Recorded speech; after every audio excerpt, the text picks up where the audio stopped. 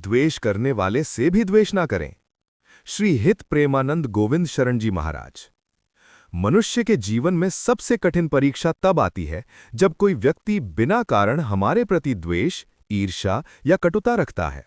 अपमान, निंदा, छल या अन्याय मिलने पर भीतर से एक ही आवाज उठती है, जैसा उसने किया वैसा ही उसे जवाब देना चाहिए। लेकिन यहीं से साधना की वास्तविक शुरुआत होती है।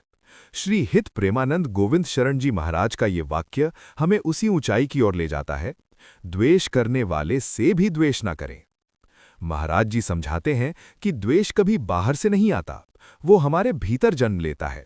कोई हमें गाली दे, धोखा दे या नीचा दिखाए, ये उसकी स्थिति है।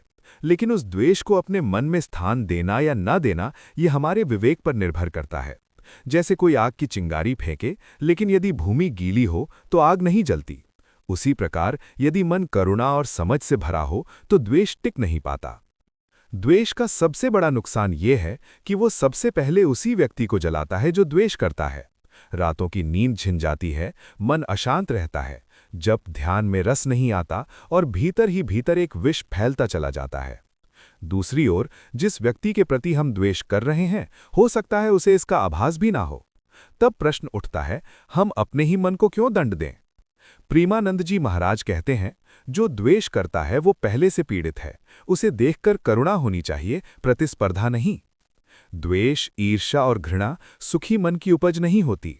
जो भीतर से खाली, असुरक्षित और दुखी होता है, वही दूसरों को चोट पहुंचाने की कोशिश करता है। जब हम ये समझ लेते हैं तो हमारे भीतर स्वतः ही कठोरता के स्थान पर करुणा जन्म लेने लगती है।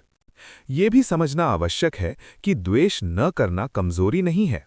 संसार इसे सहनशीलता की दुर्बलता समझ सकता है, लेकिन आध्यात्मिक दृष्टि से ये महान शक्ति है।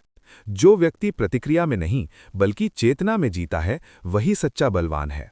प्रतिक्रिया पशुओं का स्वभाव है, विवेक मनुष्य का और क्षमा संतों का। भगवान की भक्ति में आगे बढ़ने के लिए मन का निर्मल होना अनिवार्य है।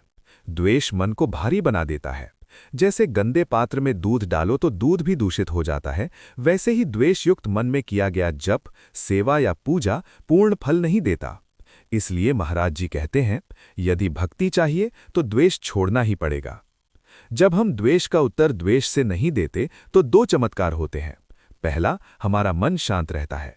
दूसरा, सामने वाला व्यक्ति या तो स्वयं लज्जित हो जाता है या भगवान उसकी व्यवस्था स्वयं कर देते हैं। भगवान हमारी इच्छाएं हमें न्याय करने की आवश्यकता नहीं पड़ती। ध्यान से सुनिए, जो व्यक्ति हमें नुकसान पहुंचाता है वो अपने कर्मों का फल स्वयं भोगता और है। जीवन बदल देने कर्म का वाली विधान अटल है। पूज्य प्रेमानंद जी महाराज कहते हैं, भगवान हमारी हर इच्छा तुरंत इसलिए पूरी नहीं लेकिन करते क्षमा से क्योंकि गांठें खुल भगवान का जाती हैं। उद्देश्य हमें घृणा केवल से सुख दूरी देना बढ़ती नहीं है होता और करुणा से उनका आत्मा उद्देश्य ऊंची उठती हमें है। समझदार, यदि जीवन में धैर्यवान, सच्चा सुख, विवेकशील स्थायी और शांति अंततः और भगवान की मुक्त निकटता बनाना चाहते होता हैं है। तो श्री हित यदि भगवान प्रेमानंद हमारी गोविंद हर शरण मांग जी तुरंत महाराज पूरी के कर इस दें वाक्य को तो केवल मनुष्य सुनिए कभी नहीं, परिपक्व नहीं जी हो लीजिए। पाएगा, न ही द्वेष जीवन करने के सत्य वाले को से समझ भी द्वेष सकेगा। न करें। महाराज जी नमस्कार। समझाते हैं,